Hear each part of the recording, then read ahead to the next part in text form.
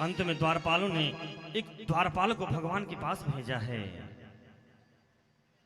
द्वारपाल आता है भगवान के पास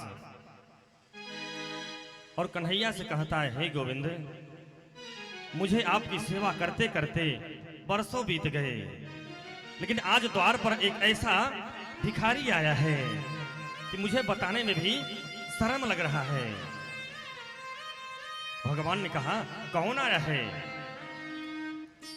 वो द्वारपाल कहता है, शीश पगान झगातन में प्रभु जाने को आहि बसे ही ग्रामा। धोती फटी सिलटी दुपटी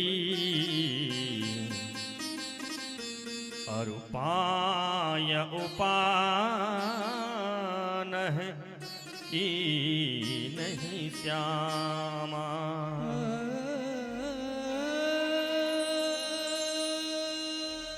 द्वार खड़ो द्विज दुर्बल एक और रहो चकिसो वसुधाय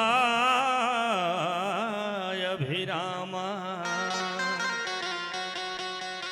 हे महाराज, आज जो द्वारपाल पर जो भिखारी आया है उसके न शीश पर कोई पगड़ी है, न तन पे कपड़ा है, यहाँ तक कि उसके पैरों में जूते भी नहीं हैं। एकदम दुबला पतला है और आश्चर्यचकित होकर के आपके महल को देख रहा है। और हे गोविंद, पूछत दीन दयाल को धाम, बतावत आपन नाम सुदाम। आज जैसे ही सुदामा शब्द सुना है कन्हैया ने, दौड़ पड़ते हैं कन्हैया। कहीं मुकुट गिरता है, कहीं पीतांबर गिरता है, प्यारे दौड़ करके सुदामा को गले से लगा लेते हैं। बल द्वारिकाधीश भगवान की जय हो। आज दोनों मित्र इतना प्रेम से गले मिलते हैं कि दोनों एक दूसरे को आंसुओं से भिगो देते हैं। महाराज, दोनों खूब रोते हैं। आज पूरी सभा कन्हैया को देख रही है कि द्वारकाधीश ये पागलों की भांति कहां भागे जा रहे हैं। मुकुट कहीं गिर पड़ा, दुपट्टा कहीं गिरा है, प्यारे पादुका पहनना भूल गए कन्हैया। और वह दौड़ते हुए जाते हैं, अपने मित्र को लेकर के अपनी बाहों में भर करके ले आते हैं कन्हैया। सारी सभा स्तब्ध है कि आज ये कौन आ गया, जिसके लिए कन्हैया अपने आसन से कूद के चला गया।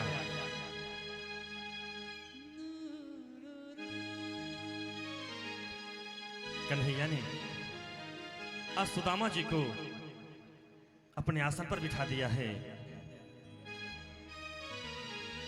और खुद कन्हैया नीचे बैठ जाते हैं और अपने पीतांबर से सुदामा जी के पैरों को साफ करने लग जाते हैं।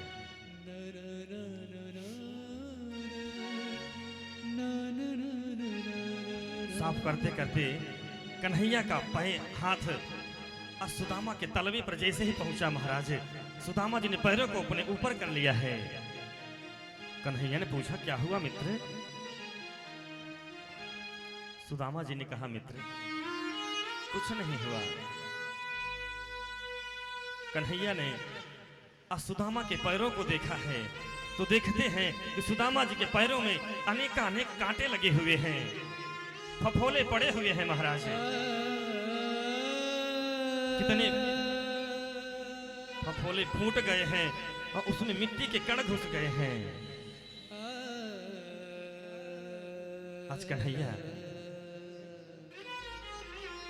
अपने दांतों से सुदामा जी के पैरों से कांटे निकालते हैं। कांटे निकालते ही सुदामा के पैरों से रक्त निकलता है तो कन्हैया के मुखमंडल पर लग जाता है। कन्हैया कहते हैं, मित्र तू अब तक कहां था? मेरे पास क्यों नहीं आया? अरे आ गया होता तो मैं तेरे दुख को दूर कर देता। तूने बड़ी देर कर दी मित्र। आज कन्हैया ने देवी रुक्मिणी को आदेश दिया है, देवी जा करके जल ले आओ, मैं इस महापुरुष के चरण धोना चाहता हूं।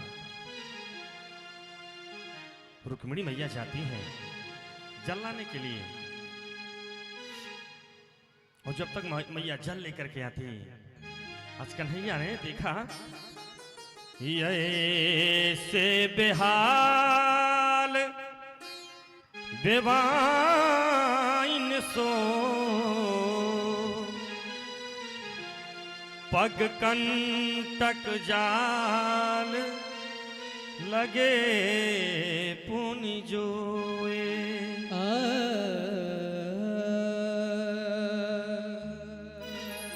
हाय महादुख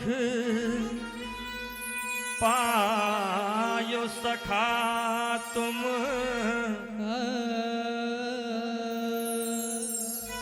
आए ते न किते दिन खोए।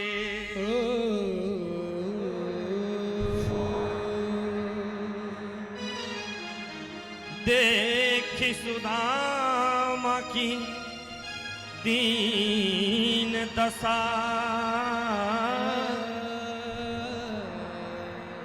करुणा करके करुणा धीरोए।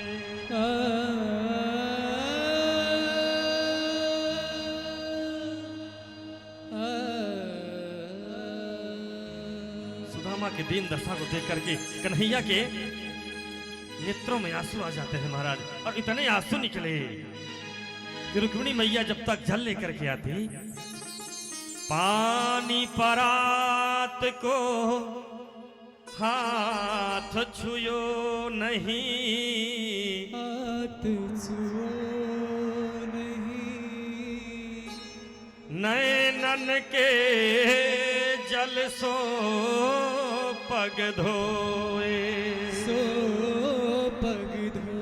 आज जब तक रुक्मिणी मैया जल लेकर के आती, कन्हैया के नेत्रों से गंगा जमुना की ऐसी धारा बहती महाराज कि सुदामा जी के पैरों का प्रक्षालन हो जाता है। आज सुदामा जी अपने भाग की सराहना करते हैं, सभी देवता खड़े होकर के पुष्प वर्षा करते हैं कि धन्य है सुदामा, आज जिसके चरण साक्षात द्वारिकाधीश धो रहा है।